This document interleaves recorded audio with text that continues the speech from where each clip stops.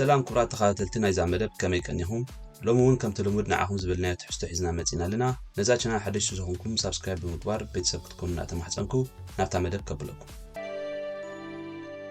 When you had that third failure in a row, did you think, I need to pack this in?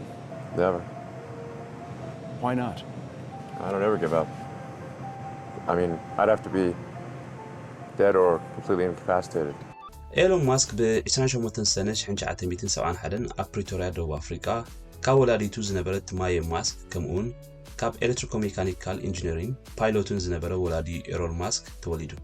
ማስክ ካብ ንእስነቱ ኣትሒዙ ፍሉይ ብልሒ ከም ዝነበሮ ዝፍለጥ ኮይኑ ብፍላይ ኣብ ሳይንስን ቴክኖሎጂን ልዕል ተገዳስነት ክሕድር ምስ ጀመረ ብዙሕ ምዕዞን ምርምርን ኣብ ምፍጣር ተጸመደ። ብቆልዑ እንከሎ ንገዛእ ነብሱ ብዛዕባ ኮምፒተር ፕሮግራሚንግ እኹል ሓበሬታት ትምህርትን ድሕሪ ምቕሳሙ ኣብ መበል 12 ዓመት ዕድሚኡ ናይ መጀመርያ ናይ ቪድዮ ጌምስ ብላስታር ዝበሃል ሶፍትዌር ምሂዙ ከም ድሸጦ ይፍለጥ።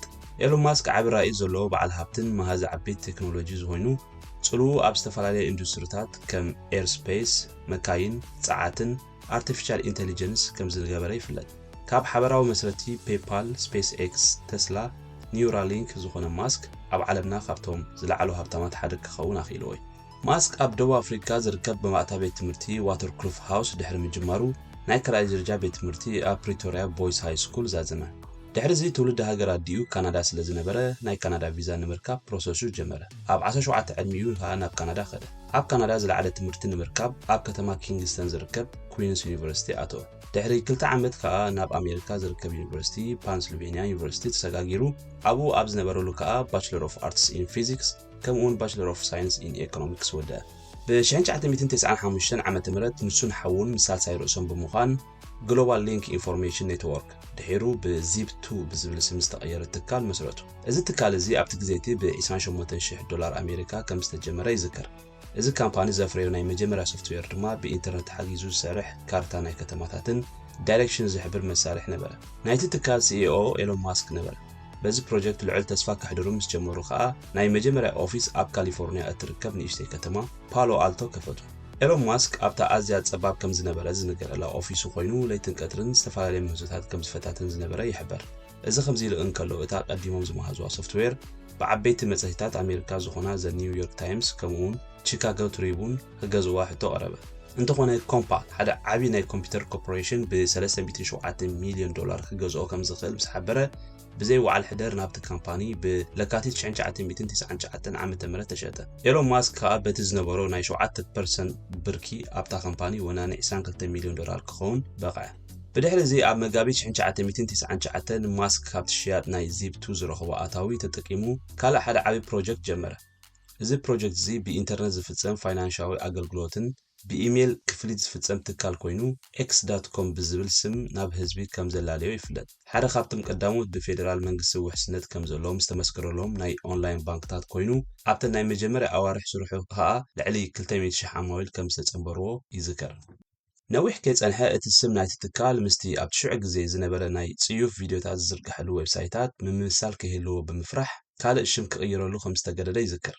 ስለ ዝኾነ ከዓ ኣብ 2000 ዓመተ ምህረት ምስቲ ናይ ሽዑ ዓቢ ናይ ሶፍትዌር ካምፓኒ ዝነበረ ኮንፊኒቲ ጥምረት ፈጠረ።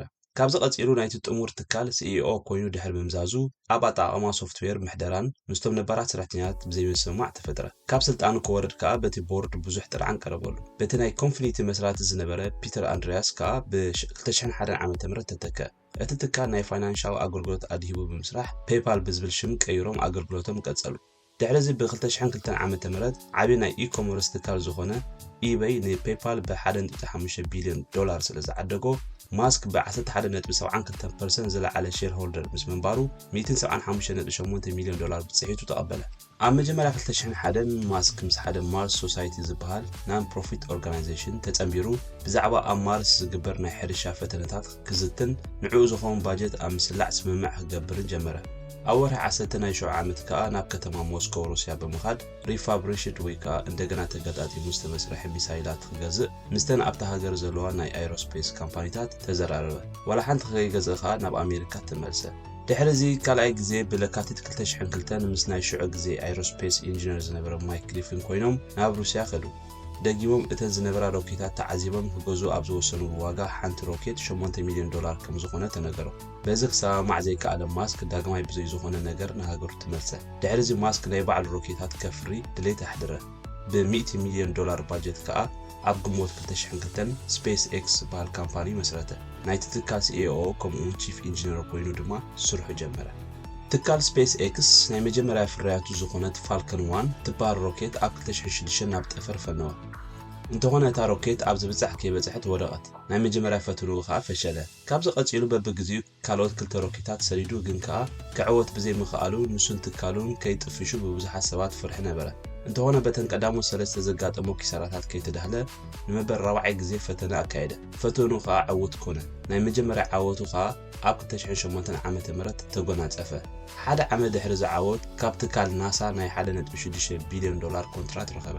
ዕላማ ኢሎን ማስክ ኩለን ናብ ጠፈር ዝለኣኸን ሮኬታት ዝግባእ ተልእኾአን ፈጺመን ናብ መሬት ክምለሳን እንደገና ተመሳሳሊ ስርሒት ንኽጥቀመለን ከም ዝነበረ ዝፍለጥ እኳ እንተኾነ ብዓበይቲ ተመራመርትን ኢንጂነራትን ውዱቕ ወይ ከዓ ክግበር ዘይከኣል ነገር ተባሂሉ ተሓሊፉ እዩ። እንተኾነ ብዙሕ ምርምርን መጽናዕትን ዘካየደ ማስክ ነዚ ነገር ተግባራዊ ክኸውን ብዙሕ ድሕሪ ምፍታኑ ብ2015 ዓመተ ምህረት ናይ መጀመርያ ካብ ጠፈር ተመሊሳ ናብ መሬት ብዓወት ዝዓለበት ፋልከን 9 ዝተባህለት ሮኬት ንዓለም ኣዛረበት። 6, 5, 4, 3, 2, 1.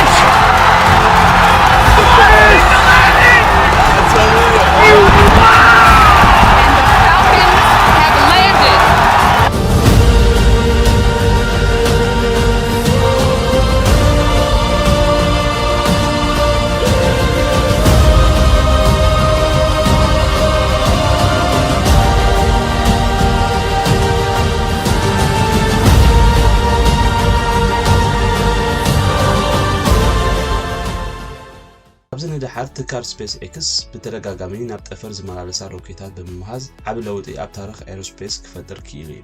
ኣብ 2015 ዓመተ ምህረት ጎኒ ጎኒ ናይቲ ስፔስ ኤክስ ትካሉ ካልእ ስታርሊንክ ዝበሃል ምስ ስፔስ ኤክስ ምትሓሓዝ ዘለዎ ፕሮጀክት ጀሚሩ ነይሩ። እዚ ፕሮጀክት እዚ ናይ ሳተላይት ኢንተርኔት ኣክሰስ ኣገልግሎት ዝህብ ኮይኑ ኣብ ለካቲት 2018 ቀጥታ ናይ መጀመርያ ፈተነ ፈነወ ሳተላይት ናብ መሬት ጀሚሩ እታ ካልኣይቲ ፈተነ ከዓ ኣብ ግንቦት 2019 ከም ዝተፈነወ ይዝከር። እዚ ፕሮጀክት እዚ ብጠቕላላ ካብ ዝጅመር ክሳብ ናብ ኣገልግሎት ዝውዕል ዝተገበረ ወጻኢታት ክግመት እንከሎ ክሳብ $10 ቢልዮን ከም ዝበጽሕ ጸብጻባት ይምልክቱ። ኣብ መንጎ ሩስያን ዩክሬን ዝነበረ ውግእ ህዝቢ ዩክሬን ነፃ ኣገልግሎት ኢንተርኔት ብመንገዲ ስታርሊንክ ብቐሊሉ ንኽረክብ ዓቢ ሓገዝ ዝገበረ ማስክ ኣብ 2022 ወርሒ 10 ከባቢ 20,000 ሳተላይት ተርሚናልስ ንዩክሬን ከበርክት እንከሎ እዚ ብዋጋ ደረጃ ክሳብ $80 ሚልዮን ኣቢሉ ይበጽሕ። ቀጺሉ እውን ሓገዛቱ ብዘይምቁራጽ ትካሉ ክሳብ $400 ሚልዮን ዘውፅእ ናይ ነፃ ሳተላይት ኣገልግሎት ከም ዝገበረ ይፍለጥ። ኣብዚ ግዜ እዚ ብተመሳሳሊ ናይ ሩስያ ሃገራዊ ሚድያ ብሎክ ክገብሮ ተሓቲቱ ብምንጻጉ ምስ መንግስቲ ሩስያ ዝነበሮ ምሕዝነት ከደላድሎ ክኢሉ እዩ። ወላ እውን ብመንግስቲ ዩክሬን ዘቐረበ ሕቶ ንመጥቃዕቲ ሓደ ካብ ወደባት ሩስያ ብማስክ ድሕሪ ምንጻጉ እቲ ካልእ ኣብ ልዕሊ ሩስያ ዘለዎ ኣኽብሮት ዘርኢ እዩ ተባሂሉ ነይሩ። ኤሎን ማስክ ብዘይካዚ ቀዲሙ ዝተጠቕሰ ዓበይቲ ስራሓት ሓደ ካብቲ ዝዓበየ ኣፍረይቲ ብኤሌክትሪክ ዝንቀሳቐሳ መኻይን ዝኾነ ትካል ተስላ ከም ዝውንነውን ዝፍለጥ እዩ። ተስላ ሞተርስ ብሓምለ 2003 ማርቲንን ማርክን ዝበሃሉ ሰባት ዝተመስረተ ኮይኑ እዞም ክልተ ሰባት ቅድሚ ማስክ ምምጽኡ ነቲ ትካል ንምዕባይ ዓቢ ተራ ከም ዝተጻወቱ ይፍለጥ። ኣብ ጥሪ 2004 ኤሎን ማስክ ኣብ ትካል ተስላ ናይ $6.5 ሚልዮን ኢንቨስት ብምድሕር ምግባር እቲ ዝለዓለ ሼር ሆልደር ናይቲ ትካል ብምዃን ናይ ተስላ ኣቦ ወንበር ናይቲ ቦርድ ኮይኑ ተሸመ። እቲ ትካል ብሓድሽ መደብ ከዓ ብምስራሕ መካይን ክጅምር ተበግሱታት ገበረ። ካብ 2007 ክሳብ 2008 ብዘጋጠመ ፋይናንስ ቅልውላው ኣብ ዓለም ዓቢ ፋይናንሻዊ ግጭት ኣብ መንጎ ኣካይድ ተስላ ስለ ዘጋጠመ እቲ ኣብ ሽዑ ግዜ ሲኢኦ ዝነበረ ማርቲን ካብ ስልጣኑ ድሕሪ ምውራዱ ማስክ ንዕኡ ተኪኡ ኣብ 2008 ዓ.ም ሲኢኦ ናይ ተስላ ኮይኑ ስርሑ ቀጸለ። ተስላ ናይ መጀመርያ ናይ ስፖርት መካይን ናብ ህዝቢ ዘቕረበ ኣብ 2008 ኮይኑ ኣብ ግዜኡ 2500 መካይን ከም ዝተሸጣ ይዝከር። ካብዚ ቀጺሉ ተስላ ኣብ 2012 4 መዓጽው ዘለዋ ሞዴል ኤስ መኪና ናብ ዕዳጋ ዘርግሐ ቀጺሉ ኣብ 2015 ዝተዘርግሐ ሞዴል ኤክስ ክትከውን ከላ እታ ኣብ 2017 ዝተዘርግሐት ሞዴል 3 ብህዝቢ ልዑል ተፈታውነት ስለ ዝረኸበት እታ ዝለዓለ ሽያጥ ኣብ ዓለም ካብ ናይ ኤሌክትሪክ መካይን ዝረኸበት ክትከውን በቂዓ። ኣብ ሰነ 2021 እታ ናይ መጀመርያ መኪና ልዕሊ 1 ሚልዮን ሽያጥ ኣብ ዓለም ሙሉእ ዝረኸበት ክትከውን ክኢላ እያ። ካብዚ ቀጺሉ ኣብ 2020 ሞዴል ዋይ ዝዓይነታ መኪና ናብ ዕዳጋ ተዘርጊሐ ምንባራ ዝፍለጥ ኮይኑ ናብ ዕዳጋ ዘይተዘርግሐት ግን ከዓ ማሕበራዊ ሚድያታት ዓለምና ልዑል ሸፈነ ትረክብ ዘላ ሳይበርትራክ ወላ እኳ ኣብ 2019 ተሰራሕ ክሳብ ሕጂ ዝተፈላለየ ምቅያራትን ምዕባለታትን እናተገበረላ እትርከብ። ተስላ ካብ 2010 ዓ.ም ኣትሒዙ ዓቢ ምዕባለ ከርኢ ዝኸኣለ ሓደ ካብቲ ልዑል ዋጋ ዘለዎ ትካላት ኣሜሪካ ክኸውን በቂዑ እዩ። ኤሎን ማስክ ካልእ ዓበይቲ ትካላት ከም ዝመሰረተ ዝፍለጥ ኮይኑ ገለ ካብኡ ንምጥቃስ ኣብ 2016 ብ$100 ሚልዮን ኢንቨስትመንት ዝተጀመረ ኒውራሊንክ ዝበሃል ቴክኖሎጂ ኮይኑ እዚ ቴክኖሎጂ እዚ ሓንጎል ናይ ወዲሰብ ምስ አርቲፊሻል ኢንተለጀንስ ወይ AI ብምውሃድ ንምዕባይ ሚሞሪ ወዲሰብ ተባሂሉ ዝተጀመረ እኳ እንተኾነ ድሒሩ ብዝተኻየደ መጽናዕቲ ግን እቲ ኣብ ሓንጎል ወዲሰብ ዝኣቱ ዲቫይስ ኣሉታዊ ሳዕቤናቱ ዓቢ ኮይኑ ከም ዝተረኣየ ዝዝከር ኮይኑ እቲ ምርምር ናብ ወዲሰብ ይኹን ናብ እንስሳታት ከይፍተን ተኣገደ። እቲ ካልእ ከዓ ኣብ 2017 ዓ.ም ዝተጀመረ ቦሪንግ ካምፓኒ ተባሂሉ ዝጽዋዕ ናይ ኢንፍራስትራክቸር ኮንስትራክሽን ኣገልግሎት ዝህብን ንዕኡ ዘገልግሉ ኣቑሑ ዘፍርድ ካምፓኒ እዩ። እዚ ካምፓኒ ዝሰርሖም ናይ ትሕቲ መሬት መንገድታት ብመኪና ክሳብ 240 ኪሎሜትር ኣብ ሰዓት ክትከደሉ ዝኽእል ከም ዝኾነ ብመግለጺኡ ሓቢሩ ነይሩ። ማስክ ኣብ ማሕበራዊ ሚድያታት ሓሳቡ ኣብ ምሃብ ድሕር ዘይብል ብፍላይ ከዓ ኣብ ናይ ትዊተር ገጹ ብብዝሒ ከም ዝጽሕፍን ይፍለጥ። ብዙሕ ኣዘራራብን ናይ ዓለምና ናይ ስቶክ ማርኬት ዕዳጋታት ዝጸሉ ጽሑፋትን እንተዘርጊሑ ኣብ ሓጸርቲ ደቓይቕ ናይትን ኣስማትን ዝተጠቕሳ ትካላት ስቶክ ከም ዝለዋወጥ ንሪኦ ኢና። እዚ ከምዚ ኢሉ እንከሎ ኣብ ዝተፈላለየ ኣጋጣሚ ሙሉእ ናጽነት ዝህባ ናይ ሶሻል ሚድያ ፕላትፎርም ከም ዘየለዋን ሰብ ድሌቱ ክዛረብን ክጽሕፍን ክኽእል ከም ዘለዎን ሓሳቡ ክህብ ይስማዕ እዩ ነይሩ። እዚ ክውን ንምግባር ከዓ ባዕሉ ኣብ ምጅማር ነጻ ሚድያ ምንቅስቓስ ጀመረ። ካብ 2017 ጀሚሩ ንትዊተር ክገዝኦ ሓሳብ ከም ዝነበሮ ዝዝከር ኮይኑ ነቲ ኣብ ትዊተር ዘሎ ፖሊሲ ክቕይሮ ከም ዝኾነ ይዛረብ ምንባሩ እውን ይዝከር። ኣብ ጥሪ 2022 ንመስርሕ ምግዛእ ትዊተር ጀመሮ። ብ9.2 ሚእታዊት ዝለዓለ ሼር ሆልደር ናይቲ ትካል ኮነ። ኣብ ሚያዝያ 2022 ከዓ $44 ቢልዮን ብምስላዕ ሙሉእ ብምሉእ ነቲ ካምፓኒ ወነኖ። ኣብዚ ግዜ እዚ ብናይ ቅድም ምሕደራ ናይቲ ትካል ካብ ተጠቃምነት ናይቲ ፕላትፎርም ተኣጊዶም ዝጸንሑ ዓበይቲ ሰበስልጣንን ሰብ ሃብትን ከም በዓል ዶናልድ ትራምፕ፣ ኣንድሪው ቴት፣ ጆርዳን ፒተርሰን፣ ኣሌክስ ጆንስ ካልኦትን ሓደሽቲ ፖሊሲ ኤሎን ማስክ መባልዕቶም ኮይኑሎም ተጠቀምቲ ናይ ሚድያ ክኾኑ ከኣሉ። ኤሎን ማስክ ኣብዚ ግዜ እዚ ወናኒ $212 ቢልዮን ኮይኑ እቲ ዝሃብተ መሰብ ኣብዚ ዓለም ምዃኑ ከዓ ይፍለጥ። ጽሉዋ ኤሎን ማስክ ኣብ ዓለም ርኡይ ምዃኑ ዝፍለጥ ኮይኑ ምስ መራሕቲ ሓይላት ሃገራት ዓለም ጥቡቕ ዝኾነ ርክብ ከም ዘለዎ ዝፍለጥ ኤሎን ኣብ ዝተፈላለየ ሃገራት ካምፓኒታቱ ብምኽፋት ዕዳጋታት ዓለም ክቆጻጸር ድሌት ከም ዘለዎ ይፍለጥ። ምስ ናይዚ ግዜ እዚ መራሒ ኣሜሪካ ዘሎ ጆ ባይደን ብተደጋጋሚ ናይ ቃላት ኩናት ዝኸፍት ማስክ ምሕደራ ባይደን ኣብ ዝተፈላለየ ኣጋጣሚ ከም ዝነቕፎን ብኣንጻሩ ንዶናልድ ትራምፕ ናብ ስልጣን ንምምጻእ ከም ዝጽዕርን ይፍለጥ። ቅድሚ 6 ወርሕ ኣቢሉ ኣብ ልዕሊ ዓቢ ናይ ህፃናት ፊልም ኣቕራቢ ዝኾነ ትካል ዲዝኒ ከምኡውን ሲኢኦ ናይቲ ካምፓኒ ተሪር ዝኾነ ነቐፌታን ጸርፍን ድሕሪ ምድርባዩ ኣብ ሓፂር ግዜ ስቶክ ናይ ዲዝኒ ብፍርቂ ከም ዝወረደ ዝዝከር እዩ። ምክንያት ናይዚ ከዓ ሲኢኦ ናይቲ ካምፓኒ ዝኾነ ቦብ ኢገር ንኤሎን ማስክ ከጸልሞን ኣብ ትዊተር ኣድቨርታይዝ ኣይንገብርን ኢና ብምባል ምዝራቡን ከም ዝነበረ ይፍለጥ። I hope they stop. You hope? Don't advertise. You don't want them to advertise? No. What do you mean? If somebody's going to try to blackmail me with advertising, blackmail me with money, go f*** yourself. But Go f*** yourself. Is that clear? I hope it is. Hey, Bob, if you're in the audience. Well, let me ask you then. That's how I feel. ወራቋ ቀንዲ ተኸታተልቲ ናይ ዲዝኒ ህፃናት እንትኾኑ እቲ ትካል ምስ ማሕበራት LGBTQ ይደናገጽ ምስ ምዃኑ ብመልክዕ ካርቶን ኣቢሉ ናይቲ ማሕበር ሕቡእ ኣጀንዳ ከም ዘተግብር ብዙሓት ወለዲ ይዛረቡ።